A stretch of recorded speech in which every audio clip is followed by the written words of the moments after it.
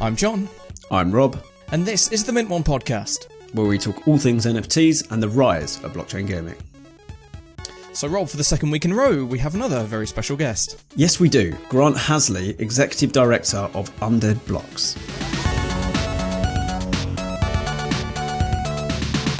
Grant, it's an absolute pleasure to have you on the Mint One podcast. How are you doing today? Doing very well, John. Thanks for having me. Yeah, not a problem at all. I always like to start off these interviews with interesting questions out of left field, see what response we get. So, of course, Undead Blocks, zombie shooter, Web3 shooter. Let's roll things back a few years.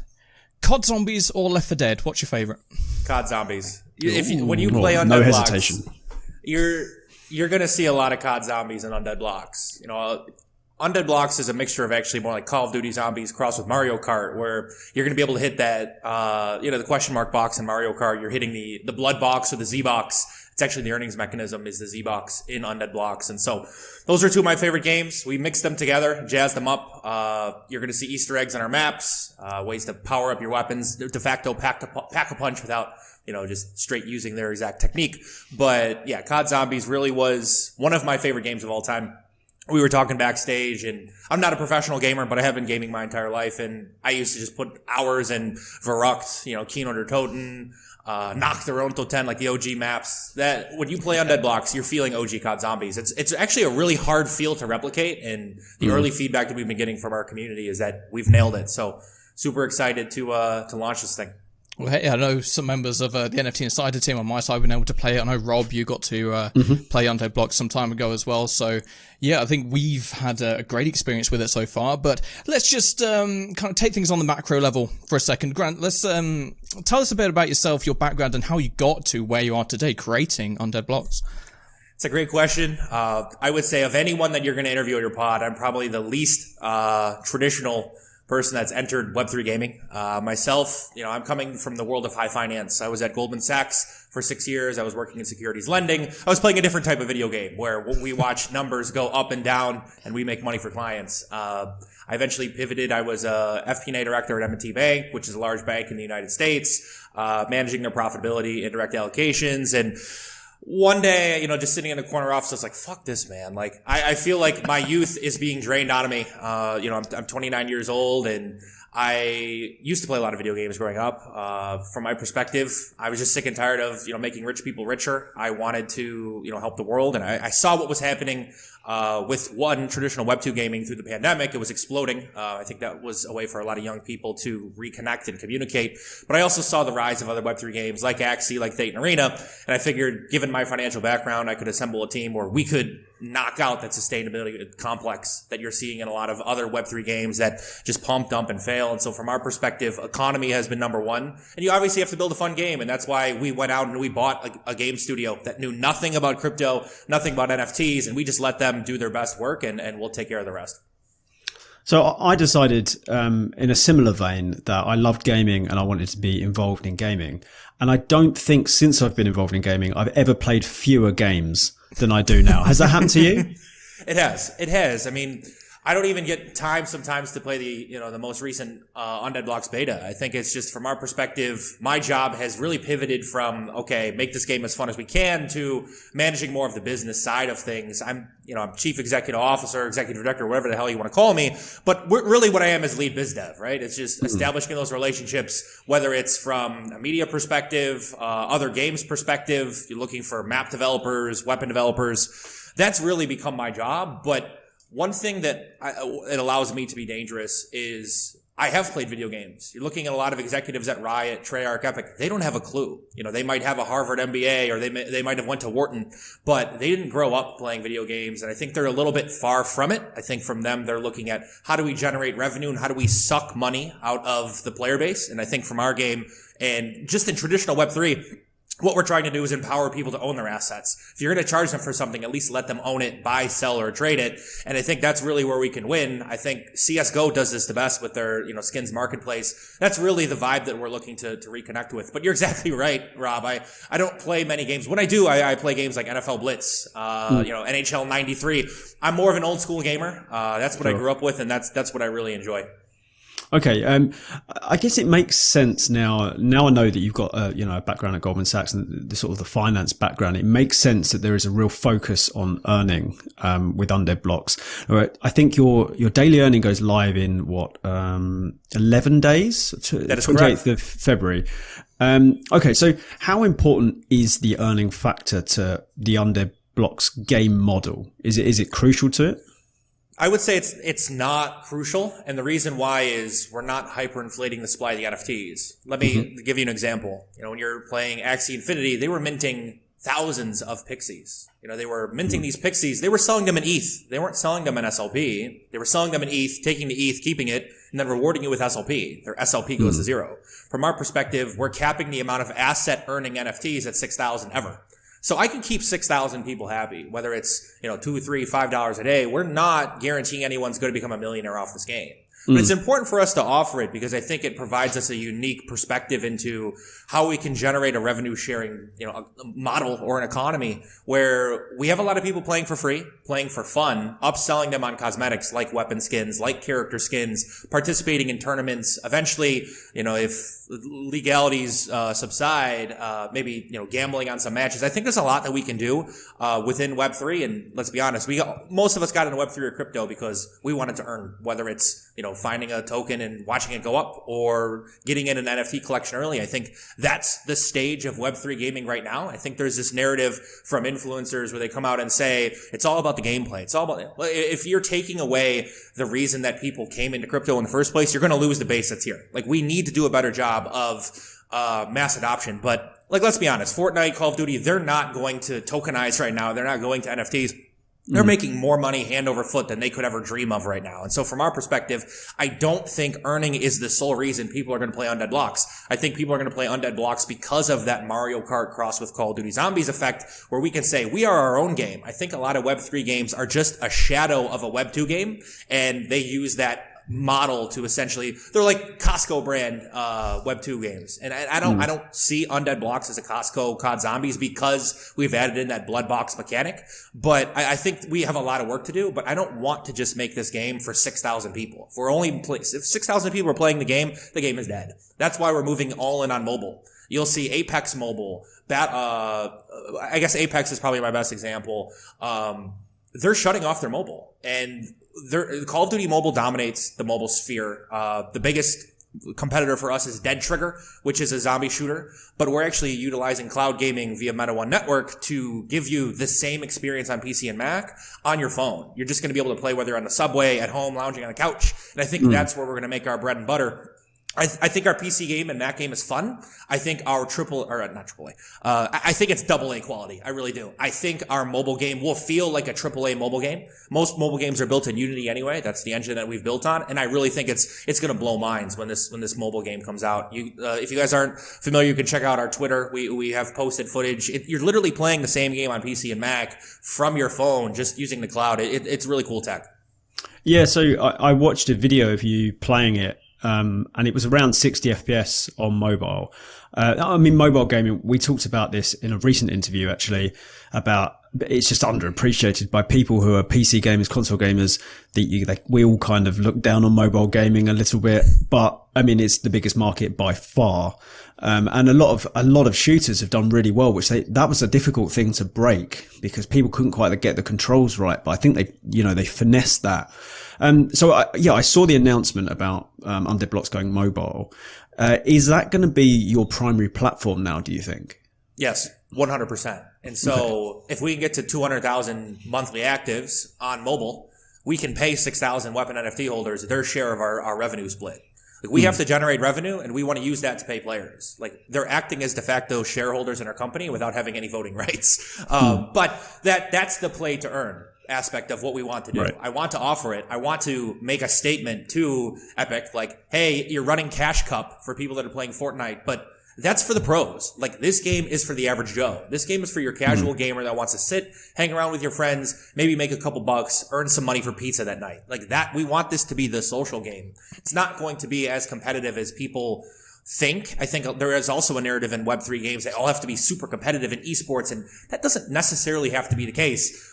We just have to deliver a fun and tangible product. I mean, there are still millions of people that play Super Mario Brothers on a pixel arcade game. They love it because of the gameplay loop. The gameplay loop is what matters. And the early testing that we've done with this blood box and Z-box mechanic, people feel like it's a zombie killing crypto casino where no one can lose. They have a great time. Even the free-to-play players are grinding for loot coffins where they can spin the loot coffin machine, hopefully get a rare skin, sell it on secondary. That's exactly the vibe that I think is going to take us to where we need to, especially from a mobile perspective. You can't physically go play a mobile game right now and grind for an asset that you can sell on secondary. Mobile games are designed to take money from you through microtransactions and purchases. And of course, we're going to have those things. We need to generate money too. But I think we can do a lot of things and do them correctly that reinstill trust that we're not just here to be people that deliver a fun game and then take all of your money. We want people to reinvest in the ecosystem. I love game theory. I love microeconomies.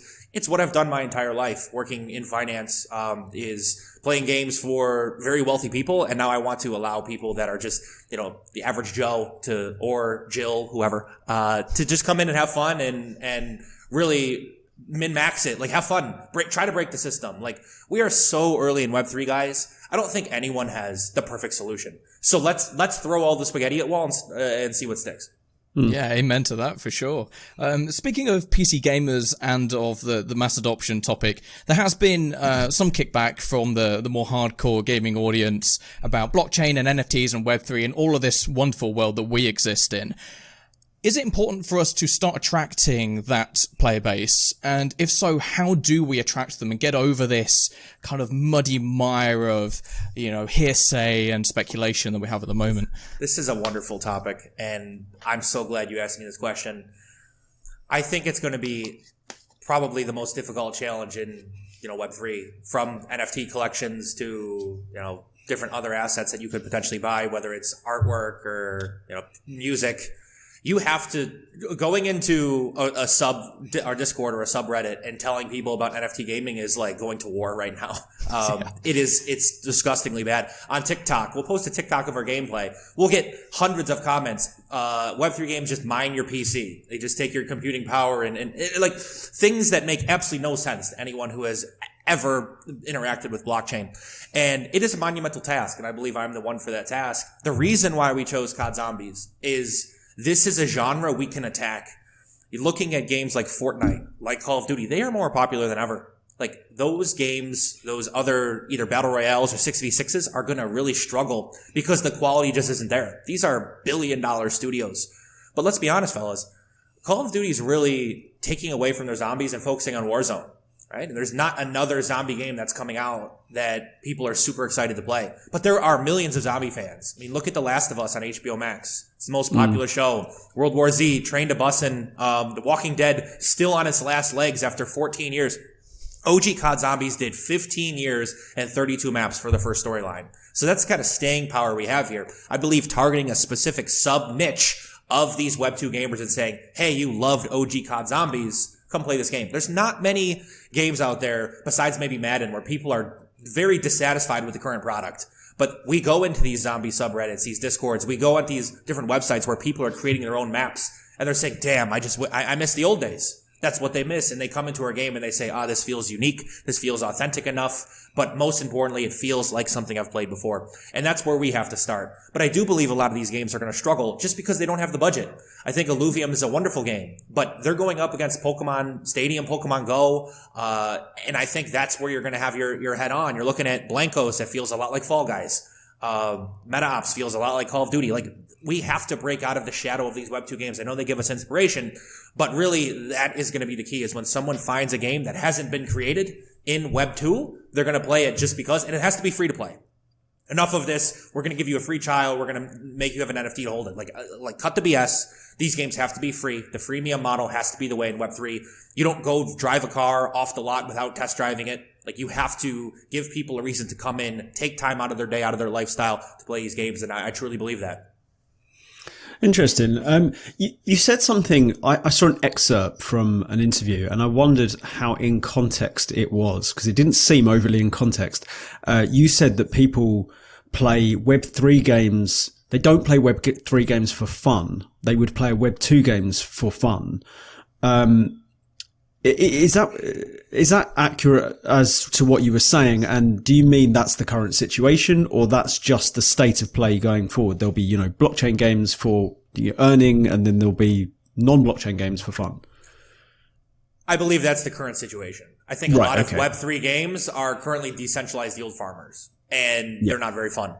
I think the best game out there, Undead Blocks being one of them, was probably Thetan Arena.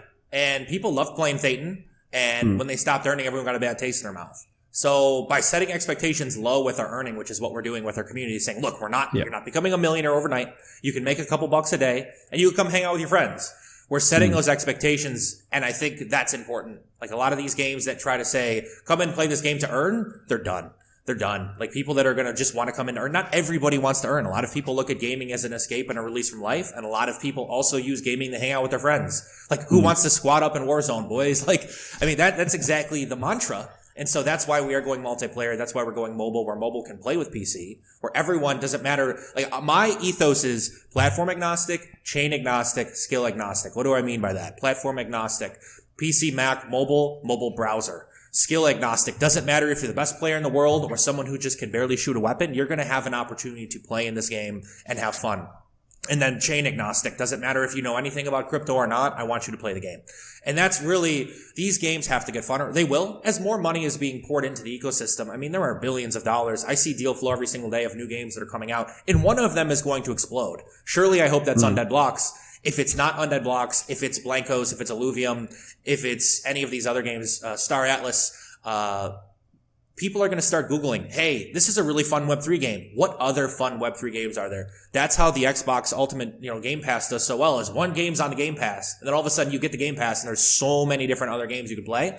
And I think we have to take the same approach, whether that's all combining together for a blockchain alliance and say, here's the cream of the crop of Web3. You pick a genre you like and let us know. And I think we're getting there. I've had some conversations with other games that are interested in that. But that is just the current state. These games have to get better, and they will over time. I truly believe, give us more time, more development resources, more smart people entering the space. I think that's really what's going to help us out big time. Yeah, that's interesting. And I mean, I completely agree. It's the right move to set earning expectations low, because a lot of these games, they were sort of made popular during the crypto summer. And then as soon as the winter hits, the whole thing collapses in on itself like a dying star. We've seen so many games just fall apart off the back of that. But one area I really liked last year, you really pushed this, and I liked it, is a kind of, yes, anyone can earn that. So you said skill agnostic, and I'm kind of going in the opposite direction to that, because you were hosting tournaments with rewards, and I really like merit-based, play to earn in a merit-based way, so that you can earn from tournaments. So I guess this kind of two questions. One, we haven't seen tournaments for a little while. Are they coming back? And two, is Undead Blocks aiming at all to be an esport or anything in that sort of region? It's a great question. Yes, they are coming back. We actually just struck a deal with ImmutableX. We are going to be doing tournaments every single month for, I'd say, next 2.5 years. Wow. Just within Undead Blocks. And they're all going to be able to earn. Like, you've been seeing $10,000 tournaments. I would expect a similar dollar amount for those tournaments with IMX. Like, we are one of IMX's feature games, and they're making a huge investment in us to do this. So I completely agree. Look, I want people to compete, but I also want people to have fun. Like, if you're not the best, you don't have to play in a tournament. Just go hang out in the daily earning mode. Like, sure. But if you're a top player, like, let's get after it in the tournaments. What we learned, we gave away over $150,000 in our beta. That was fully sponsored by groups like PokeStarter, Active World Club. ImmutableX contributed to that. What we learned was the same people were just so good. They were winning majority of the money, majority of the funds. And the game has to get bigger, and I think it will as word gets out that we are offering these free to play and earn tournaments. They are really a great way to market and advertise our product. I'd rather run a $10,000 sponsored tournament than do $10,000 in Google ads and just get hammered by Web2 gamers that really don't understand our ecosystem. There was someone that did a hit piece on our game, and they were playing a version of our beta from 3 months ago. Like, everything is just changing so quickly. Like, with the Z boxes and the blood boxes, it's going to look a lot different. But they didn't know about those sponsored tournaments. Like, the marketing has to get better, and that's also on us. Like, there's just so much fluff out there from other Web3 games that are, like you said, they're promising all this earning, promising all this yield farming, give you an example. Like in the Bored Ape Yacht Club, they did Dookie Dash, and then a Fortnite pro comes out and wins Dookie Dash. That's great for PR. That's great for marketing. But what do I tell the average person that just bought an NFT? I'm basically saying you have no chance to compete with these people. They're just so much better than you at the game. So I want to be very cognizant of those people that come hang out in the daily earning mode. Doesn't matter if you're the best player in the world. And you know who does this very well is DraftKings and FanDuel from an esports perspective, or from a gambling perspective. Because you can enter a tournament in DraftKings and FanDuel and not be a professional player and still win the Millionaire Maker. Like, and that's what it just keeps bringing people in. But then they have more, curated stuff for their pros. That's kind of what we're taking inspiration from. But I love tournaments, especially when our last tournament did over 6,500 people. Like, you fill up a mini gym with 6,500 people. That's huge. A lot of our competitors are doing 1,000, 2,000 participants. So there is demand for this game. We just, from our perspective, the reason why we put the tournaments off is because we just want to launch the full game and get these earnings out there. Once the earnings are out there, the map's playable. You guys are going to see more maps, more weapons, and then just more tournaments. And it's kind of like Rocket League. Like, they just slowly bring in more arenas. They still offer tournaments. Maybe they offer different cars, different celebration sounds. We're taking that vibe as well. So they're definitely a big part of our ecosystem. IMX is doing the Lord's work for us on that. And we're going to also be soliciting more sponsors as well. We're going to have ETH Denver's in 3 weeks? We're going to have a tournament out in ETH Denver. We're speaking with GDC about potentially putting something on there as well. And I would definitely expect more of these in-person events. We did one in Nashville where we gave away $10,000 in Nashville. We had over 600 people show up and attend. Like, just people flew in from all over the U.S. One even came in from Canada. And these are just our hardcore community members. This is who we do it for, and expect more in-person live events as well. Okay. Fantastic. I think you mentioned IMX in passing there. Obviously, you partnered with IMX several months ago. Why did you partner with Immutable over the other Layer 2 solutions that are out there? I got to be very careful here because we are speaking with other L2s as well about integrating with them. Eventually we're going to put on a multiplayer, multi-chain ethos here. You can anticipate there are some other large L2s that we're speaking with. And from our perspective, doesn't matter if you're in IMX, Polygon, Wax, if you're a Bitcoin maxi, I want you to play this game. I want you to physically go download and play it. And with IMX, we really lean into their GameStop relationship. We did receive a lot of GameStop players. GameStop is moving away from Web3 and crypto, which is unfortunate to see, but we are going to be doing a push with them where they're going to be sending out an email to their Pro Pass players. I think they have 6 million Pro Pass players, and they're be getting a free Undead Blocks NFT. It's just another incentive for them to download the game and try it. It's free marketing for us. We really like the fact that IMX was prioritizing games first. There has been, with everything, there's pros and cons. I feel like a lot of gamers that know nothing about crypto, it's hard enough to get them to download a MetaMask. How do I tell them to fund ETH on L2? It's tough. I got to hold these, hands sometimes, and I'm more than willing to do that. But from our perspective, IMX really has done the Lord's work. They've been pushing hard for us. They've got some great partners. Their partnership with Illuvium, we're going to be doing more stuff with that group as well as we go forward. So, we are speaking. Conversations are happening every single day with different chains. They see this. They see our model. They see the gameplay. There's not a lot of zombie games out there. So be on the lookout for some more integrations. I think that's important where we can if we get enough integrations, I think that people will eventually say, holy cow, it doesn't matter what chain a game is on. You just got to go for the players, man. We got to go for, even just look at Polygon, what they're doing with Reddit, Starbucks, Disney. They've got people, and they've got people in seats with a high ARPU, average revenue per user, that we can get in, go ape on some of our free-to-play cosmetics, and that also funds our treasury, which then we can use to funnel some earnings back to our NFT players. That's how the model works. I need to get to 1 million players within a year. It's a very tough challenge. I think mobile's really going to help us, and if we can onboard some of these other chains and get push from them and free marketing and show the power of their tech stack, I'm more than willing to do that as well.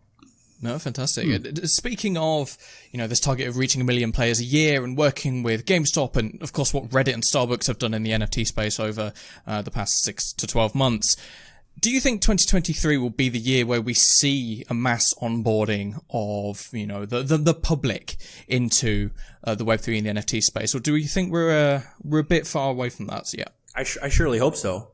I think what has happened is a lot of the Web2 gamers have sort of siloed themselves off from it. I think you're looking at esports, and I think you're seeing some esports organizations struggling, and they're struggling to generate revenue. And I think they're going to start turning to these well-funded Web3 games, and we're going to say, okay, like we're going to start pushing some of this content. They're waiting on the sidelines for the games to get better. We've spoken with a lot of content creators in FaZe.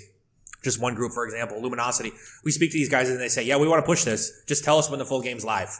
They want to make content on new games. They want to be the one that finds the new game. They want to be the ninja in Fortnite. I think there's a lot of incentive, and I think the games just have to get better. So I would love to believe that. I think that there's a lot of good games that are coming out. The deal flow is looking strong. And I really think the way we can really differentiate ourselves with Undead Blocks, I know they've mentioned this a couple times, is that Z-Box and that Blood Box.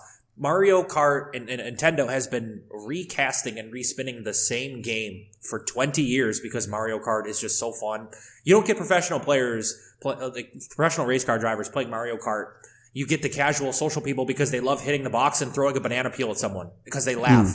Like we're taking that same exact mechanic, putting it in our game, and I think that's going to be great for us just to really differentiate ourselves. But I do believe that in 2023, 1 million players isn't that unreasonable on a mobile game. PC and Mac, that's a monumentous challenge. I don't know 1 million people that have a TI 3080 that can run some of these games, but everyone's got a cell phone. There are 4.6 billion people around the world with a cell phone. That's not a big hit rate. Mobile games are exploding in countries like South Korea, Japan, China, look at Latin America, especially play to earn. That's where play to earn's hot, and Ecuador, Argentina, Bolivia, Ecuador, like these places want it. They just have nothing to earn on right now. So, I could be the most bullish person in Web3 on play to earn. I think you do it right. You do it sustainable. You do a rev split. You get people in the door through free to play cosmetics, and that's your winner. That's your solution. That's interesting. You talk about the ways in which you're using blockchain technology in Undead Blocks and blockchain. So, funnily enough, you said earlier about the reason most people get into crypto is because they, when moon, they're just waiting for their Lambo and picking tokens, and you know how it goes. Yes. And I mean, I ended up in that camp, of course, but that's not what got me in the door. What got me in the door was a game in 2018 that was trying to use blockchain, and there was nothing ready. There was no SDKs, there was nothing to plug and play. And they were figuring all these problems out. And they made an NFT for Token Gamer, custom NFT. It was really cool. And I was just like, this technology has so many applications. So I kind of wanted to press you on that. What sort of blockchain mechanics are we seeing within Undead Blocks? Obviously there's a play to earn, but then I think you have renting as well, don't you? Mm-hmm. Yep. So we're using Bluemint as a rental provider. They're creating the smart contract where you can just sign up with a Wagyu account, link your wallet, and then you'll get a split like a traditional gilding system. You can rent out your weapons at 70-30, 80-20. For listeners that don't know what that is, it's basically the asset owner keeps 80% of what you earn, 20% goes to the scholar, or vice versa. 20% goes to the asset holder, 80% will go to the scholar. And that's not going to be a huge part of our ecosystem. It is there. I think it's important for people that are familiar with games like Axie Thetan. Like, they came into Undead Blocks because they're looking for the next Axie or Thetan. So we did want to offer that. That's not a huge selling point for us. What is really cool is our loot coffin system. So you go buy a loot coffin in Undead Blocks. You can buy in cash. You can buy in ETH. You're going to be able to buy an IMX token. Eventually, if we integrate with other L2s, you'll be able to buy with something like Matic. Wink, wink. But the loot coffin animation is going to spin. And that loot coffin, when you buy it, isn't an NFT, but when you open the skin, it's going to reveal itself on the blockchain, and then it will be minted to our skins vault. So that is going to be a really cool implementation, and then you can immediately play it with it in the game, but you can also sell it, whether that's on the IMX marketplace, Token Trove, Aqua. We're also going to be implementing a booster system similar to FIFA. You can cash in X amount of commons to get a reroll, X amount of rares to get a reroll, and just keeps people involved, engaged, and continuing to fuel the loot coffin ecosystem. We're also doing, we have a governance token, Undead token, where you get to vote on map changes, tournament structure, tournament format. You're also going to be able to use Undead token to acquire those loot coffins at a discount, just as an incentive for using the blockchain, teaching yourself about it. And you're also going to be able to use the Undead token to upgrade your stuff. So if you want to make your weapon stronger, you have to play and grind and complete X amount of challenges. And to get to the next level, you can use Undead tokens to do that as well. And it's just another cool use case. I don't think every Web3 game needs a token. And so our goal is really to provide that token the utmost amount of utility, especially with what's going on in, the SEC is just cracking down on everything, staking, everything crypto related right now. It's important for us to have that utility where people say, yeah, I can use this in the game because it's fun. It's not security. We have a full legal opinion. Our token is a utility token, and for those reasons, because we have use cases for them. So excited to get that rolling in the first quarter of 2023 as well. Yeah, I think there's some great examples of NFTs being this sort of exciting part of gaming. And I think the two use cases you said there, FIFA pack openings just seemed, John and I have talked about this before, just seemed like the perfect fit for, because it's just like the Panini sticker albums, baseball cards. It's the same sort of thing. I think there's a beautiful connectivity there that isn't obviously being explored yet. And then the opening the crates and seeing what's inside. CSGO crates for the skins inside, just a brilliant example. And that's kind of what led to another competitive FPS called Forge Arena, which is that's how that started. So I think you're certainly on something there. You mentioned the Undead token and staking. Now I know you had staking in place and then you backed off because of what happened with Kraken. Is that right? Well, we had been tipped off 3 months ago that the SEC was going to be cracking down on staking in the U.S. And we are a U.S.-based game studio. We tend to turn it off. The person that tipped us off was actually the GameStop chief head of legal. And she said, hey, we know this is coming down. You should probably take this down. I was like, yeah, you're right. So within our staking program, it wasn't just, hey, stake for the rewards. It was stake to get the weapon packs so that you can play the game and earn. From us, it wasn't just, hey, you're decentralized yield farming this token, watching it go to zero. It was stake the token, it will give you an NFT. So you're waiting around and earning some APY. You're getting the NFT to play with. And it was very popular. A lot of people were upset to see it go. But we're operating above board here. We are one of the few studios that's actually domiciled in the United States that's building a Web3 game. I know AMGI with My Pet Hooligan is another one. I'm sure there's others, but we do have to navigate a very, very murky legal and regulatory environment. And so that's by operating above board, it's really going to help us pay us off in spades. Especially when we talk to different exchanges about listing, they really want to be certain that we have utility for this token. There's all eyes are on it right now, especially with what happened with, SBF, and basically what they were doing is, taking seed investments, inflating the price of the token, and then using the FDV, the fully diluted value, to raise. And that's not how the math works. You need a significant amount of volume to ever hit that FDV. And from our perspective, we just have to operate above board. But we do have eyes in the sky on this. That's why, when a regulator comes our way, we're ready to open up and just tell them what we're doing. And we build video games. We want to build video games for fun. I want to be able to allow people in third world countries be able to earn $4, $5, $6 a day if they can play the game. I want to provide fun for people that want to go full degen on loot coffins. And I want people to play with multiplayer and talk to each other and have fun in a Web3 game. Test out the tech.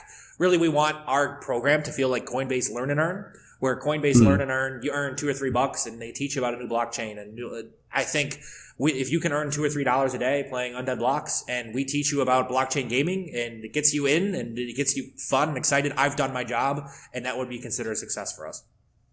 Yeah, so I think the average player, perhaps even Web3 player, perhaps doesn't realize the regulatory difficulties right now. And it doesn't matter. So the US is obviously really rough. I'm from the UK. It's rough here too. Token Gamer, we were looking at doing a token that has no earning potential. It's sort of a loyalty point reward mechanism where if you interact with our ecosystem, we'd give you a token and then you could spend the token on NFTs in our shop, but you weren't making any money. And even trying to do as simple a thing as that, we were told we needed a gambling license. We had to go get legal advice from people in the regulation. And I mean, it really is a nightmare at the moment. One thing I do want to probe a little bit more is on the play to earn front. We've seen a lot of issues with crypto winter and causing play to earn games to collapse, as we've mentioned. If earning was completely not possible through regulation or some horrendous SBF style crypto collapse times 2, do you think you would still pursue Undead Blocks in the same way, or would it have to pivot to something else? I think that's why we're capping our weapon NFTs at 6,000, and we're saying no more. Like, we don't want to get to the point where we get to 25, 50, 100,000 weapon NFTs, and then all of a sudden, some random entity says, you got to shut down. Like, that's 100,000 potential people that are impacted. And so by keeping the amount of asset earners small, I think we can stay under the radar with look, the reason why Axie got just destroyed, where Wall Street Journal ads were coming out, is literally hundreds of thousands of people were playing this game and farming the token. It's a lot of people. And I think when you have a lot of people that get burned and lose money, they make a lot of noise. Like, from our perspective, we keep the earnings small. We focus on free to play and have fun. We let people speculate on skins just like they do in CSGO. We build fun games, more maps, more weapons. I really think we can do this. From our perspective, I don't think it's in our best interest to do another mint 10,000 NFTs at $1,000 a piece, bring in $10 million. Then what do I do with the money? Like, from our perspective, we can generate revenue through these cosmetics. We've seen it. We did a drop with GameStop. We did 100K. We hardly even marketed this thing. It's just people want the skins. It's a very hot market that we're in. I'm sure Forge is seeing that. Meta Ops, EVIO, all these other shooters. Yeah. What they're seeing is, for us, like, we don't have a lot of members in our community that are just there to passively earn income. Somebody's got to win and somebody's got to lose. The people in our ecosystem that lose are the ones that buy the skin for fun, but they really didn't lose because they love the game. The people that win are the ones that have a weapon NFT and they're able to earn $1, $2, $5 a day. So I can't promise, if we get to 100,000 weapon NFTs, that I can pay out $500,000 a day. Like, I can't do that without bringing in significant capital. And that's why we're keeping it small. I'm totally perfectly fine with pivoting to mobile, because that's where the revenue generation, that's where the gamers are going to be. And that's where these games can compete. 85% of mobile games are built on Unity. Like, you're going to look at Undead Blocks and you say, okay, this looks like COD Zombies. Yeah, I'll give it a try. Maybe you play and say, all right, well, they only have one map. A lot of mobile games only have one map. They only have a few weapons. Like, we can really win with mobile. It's just very hard to do, and that's why we sought out the cloud gaming partnership with Meta One Network, because the game looks and feels like it does on the PC and Mac. If you play I would implore you guys that are listening, go play Dead Trigger and then go play Undead Blocks on your PC and see which one you like better. And I think once you see it on the phone, people are going to say, this is going to be one of the craziest zombie games ever to hit mobile. And now it's powered by the blockchain. I really do. No, awesome. You on your website list that you can play Undead Blocks using your Xbox and your PlayStation controllers, and that got me thinking: do you think we're far away from seeing blockchain games, proper blockchain games on console? And if so, would you like to see Undead Blocks make a debut on Xbox or PlayStation or a different platform? We are compatible with our new cloud network provider on the Xbox and PS5 browsers. So we're not actually on the stores, obviously. And I think, look, those stores are going to be gate-kept by two massive organizations. I think they're going to need a hefty cut. I think Apple takes 30% of every NFT transaction. I wouldn't be surprised if Xbox and PS5 make that a thing before they allow listing on their stores. I think Epic is the one that's most crypto and NFT friendly. And we're going to, we're speaking with the Epic store as well about getting listed there. I think from our perspective, we're probably 2 or 3 years away. We have actually spoken with reps at Microsoft, and we approached them, and they were intrigued. Like, we've spoken to some big players. We've spoken to PepsiCo about doing like the flaming hot Cheeto flamethrower in our game. We've spoken to MasterCard about getting in their program. A lot of these groups, people think they're not interested or they're just sleeping. They're not. They have teams that are observing NFTs and blockchain, and they know this is where they're going.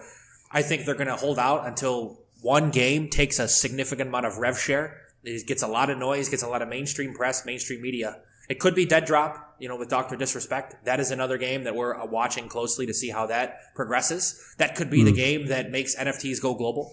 I believe there was an article that was released yesterday that said Sony's filed some patents for soft NFTs, I didn't read the whole thing. So they're definitely looking at it. I'd say 2 to 3 years, there will be a game with NFTs or blockchain incorporated that is on either of those platforms. It's just going to take some time, and I really think it's just going to take one game, just one, that's going to explode and get the world talking about it. We thought it was going to be Axie, and then people realized this gameplay isn't fun. I'm just here to make the token. My back hurts, I'm clicking the mouse. We never want to get that feeling within Undead Blocks. Whether you're on the subway, whether you're at home, playing on your PC, competing in a big tournament, hanging out with your friends, we want this to feel like a game first, earning blockchain crypto second. That's how it has to be if we want to get mass adoption. I truly believe that. Yeah, absolutely. It's music to my ears. Speaking of mass adoption, we've talked about onboarding earlier in the pod. What do you think the biggest problem in blockchain gaming is right now? Is it onboarding or is it something else? And whichever problem it is, how do you think we go about solving it? I don't think it's actually gameplay. I think there are a lot of influencers that say it needs to be AAA. I mean, but then why do people still play NBA Jam? Why do people play NFL Blitz? Why do people play Super Mario Brothers? Like Nintendo 64, you're looking at people speed running for the world record and they get thousands of viewers every single night on this kind of stuff. The game doesn't have to be the most cinematic, doesn't have to look like Avatar. Like, the game just has to be fun with a good gameplay loop that keeps people addicted. And that's, I think, a problem. So I don't necessarily think that's actually the biggest problem in blockchain. Like, there are a lot of good small mini games. I think you'd consider even our game sort of a mini game. We got one map, we got a couple characters. Like, it's nothing crazy, but people can play the gameplay loop for hours. The average play time for our game when earning is live is 3 hours and 47 seconds per person. Wow. That's just people grinding to try to get to the top of the leaderboard. It's super cool to just see, people almost play the length of a soccer match or a football game in our ecosystem. I believe the biggest problem is when people come into a Web3 game, they say, how do I earn? How do I make money? How do I profit? And you get all these people that are in the current ecosystem that are set up to either dump their NFTs on you, dump the token, and then people are left with a sour taste in their mouth. They lose one time, they get burned by one investment, and they disappear. And that's what happened with this crypto winter is everyone went in on, I don't know, not throwing shade at these other games, but a lot of people bought Illuvium when it was $1,600 a token. Now it's 60. A lot of people bought Star Atlas at $2. Now it's at below a penny. A lot of people did buy Undead when it was at $2 and now it's at 20 cents. Like, one person gets upset, they FUD, and they will never come back. Like, this is, when you hit somebody's wallet, it really impacts them. And so we've changed our messaging completely from being, hey, come kill zombies or crypto, to we're a fun zombie survival game, join the fight today. And then let them get in the ecosystem. We don't market the token. We barely even market our NFT collections. Like, yeah, we're going live with daily earning in 12 days, but you're not going to see a lot of Facebook, Google ads about this kind of stuff, because then a lot of people are going to come in and say, how do I earn? And we don't want that crowd. We want people to play the game that say, hey, this is a cool, fun zombie game. Like, then they do their DD, then they do their research, and they say, this is how you earn, this is how you do these things. That's how we get them in. We can't sell, hey, come in here, make a lot of money, because we just can't offer that. I don't think any game can offer that right now. I truly believe that's the biggest problem. The biggest problem is the gameplay is okay, it's meh, and people just have unreasonable expectations. They see these stupid ads on TikTok. Hey, play this game, it's gonna go 100x. Is this the next token that goes 1000x? Like, fuck that. Like, we can't endorse these sort of influencers. Like, you see other people talking about, the next bull run, all this stuff's going to explode. Like, again, I want to focus. We are building games and using the blockchain tech. These are not supposed to be life-changing income drivers for people. It's supposed to be a fun way to get involved. Yeah, if you want to go degen, of course. Not financial advice, never financial advice. But I believe the messaging has to get better from these games that say, okay, try the game out. And if you want to participate in the ecosystem, here it is. Here's our white paper. We got to stop reading white papers and we got to start playing games. Yeah, no, I totally agree. I think we've been quite anti-white paper on this pod quite a bit in the past. So yeah, I can definitely hear you there. Let's go back to a macro level. We discussed Animoca Brands' impact on the blockchain space on the podcast previously. Of course, they're supporting a whole range of games and IPs and projects in the space. What's your experience been like working with them? I love Animoca. Sometimes they're a little hard to get a hold of because they are in so many different projects, like you said. But when we were doing our initial raise for Undead, they were right there for us. They led our seed round, and from our perspective, we've had an amazing relationship with them. They're very well connected. They can get us in touch with anyone that we need to, and they're always there to lend a helping hand. And the one thing that they're awesome about is they don't hit you up every single day asking for their seed token. Like, you got to, if you're out there listening and you're considering launching a Web3 game, choose your venture capital partners very wisely, because we are trying to make a lot of noise and build stuff, and I don't have time to answer every single day, hey, when's my next tranche? Like, they're such a large brand, and they're really making a lot of moves that I believe are going to push us forward.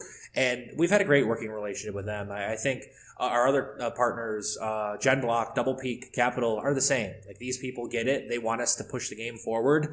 I think there has been a lot of FUD around gaming tokens. I think there's been a lot of FUD around exchanges. I wouldn't be sitting here to you guys today without doing a seed round for Undead Blocks. We couldn't, without that $1.5 million that we got led by Animoca, I'm not having this convo with you today. I see the value in this kind of stuff.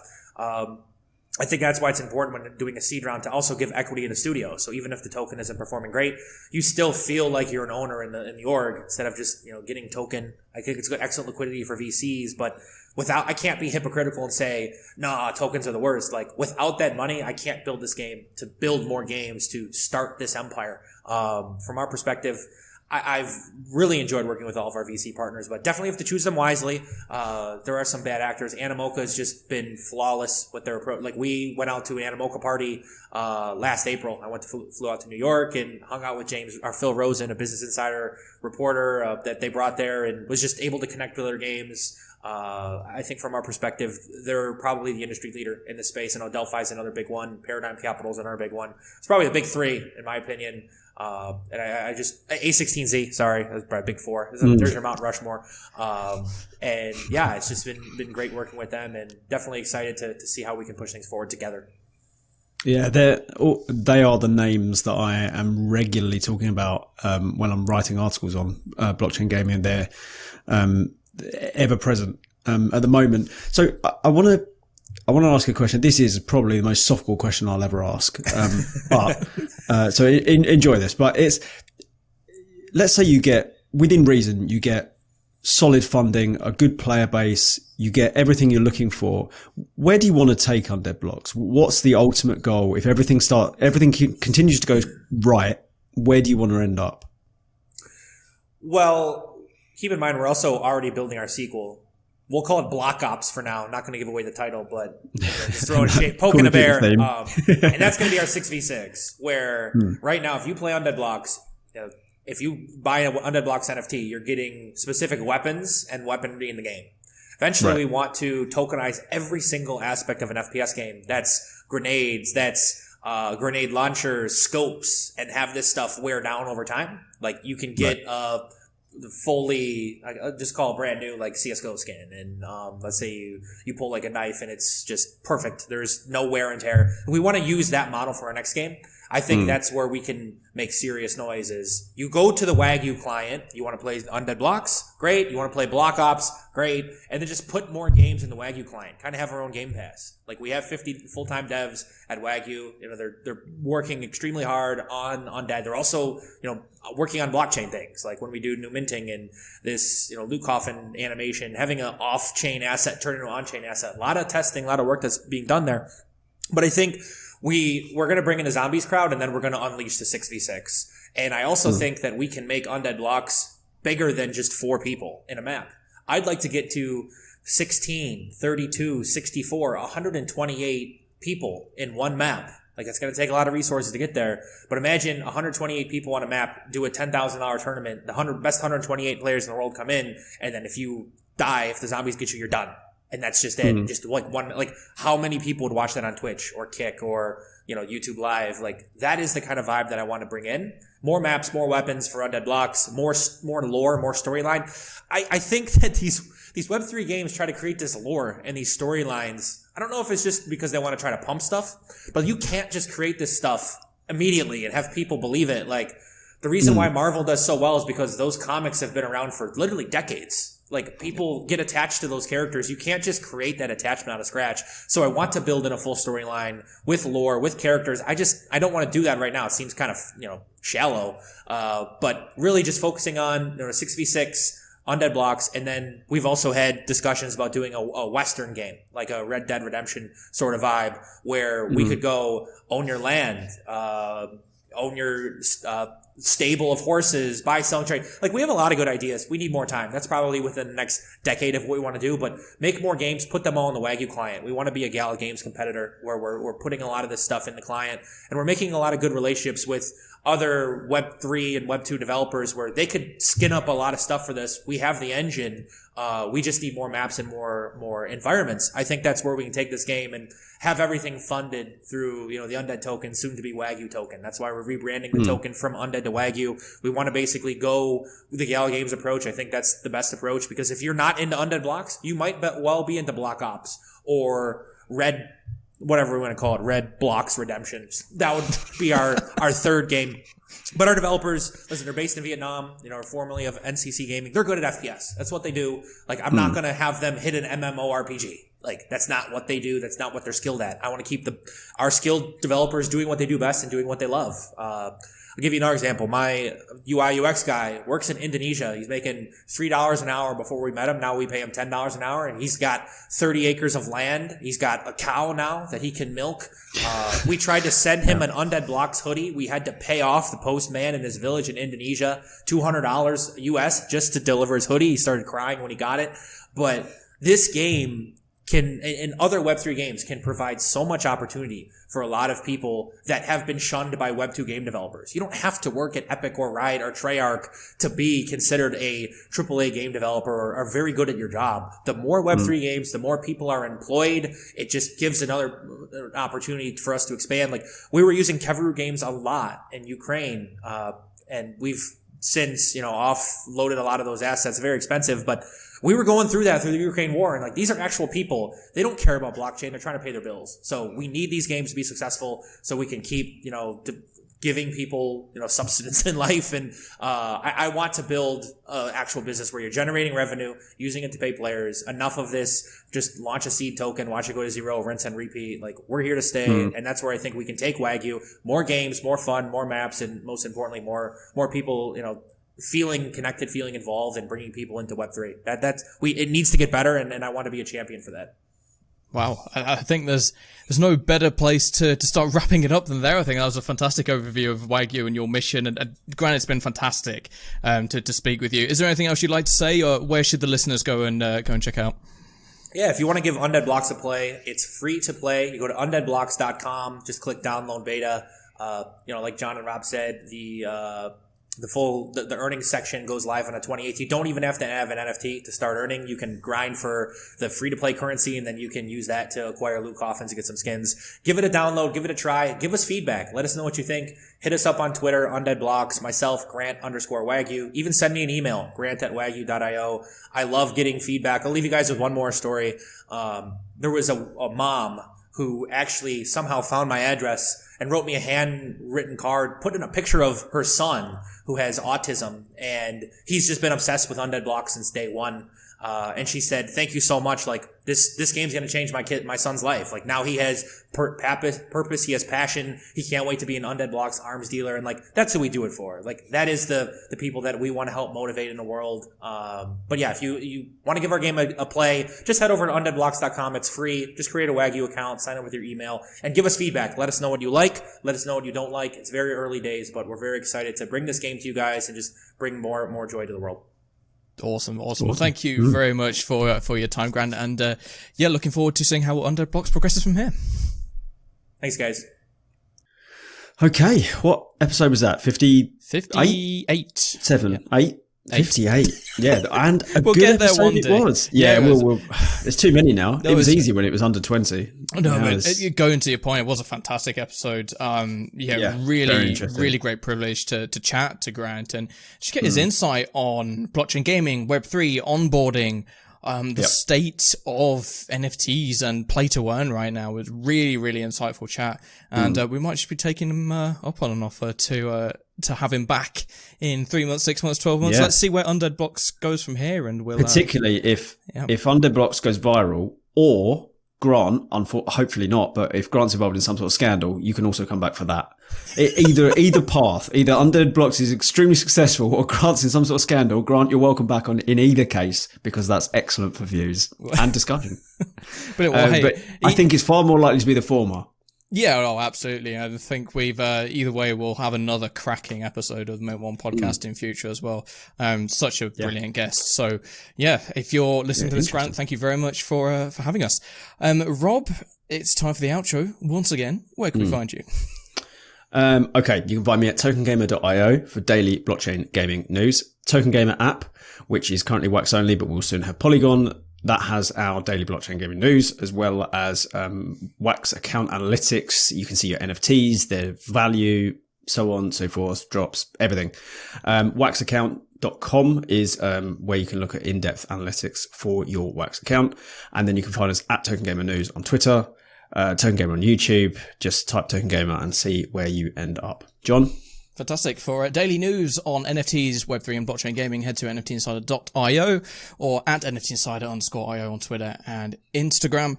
For me personally, it's at hydropowered, HYDROPWRD on pretty much everything.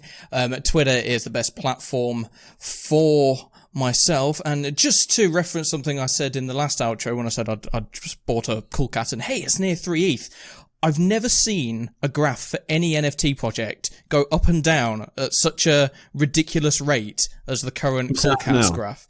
So, bearing in mind, we've recorded 2 interviews on consecutive days. Yesterday it was at 3 ETH. Overnight, it went down to below 2, and it's currently back above 2.3. I don't know what is going on. That's some wild swings. But yeah, my emotions have been all over the place for the last 24 hours. So yeah, you're anything but a put sunglasses on cool cat. Yeah, you're stressed.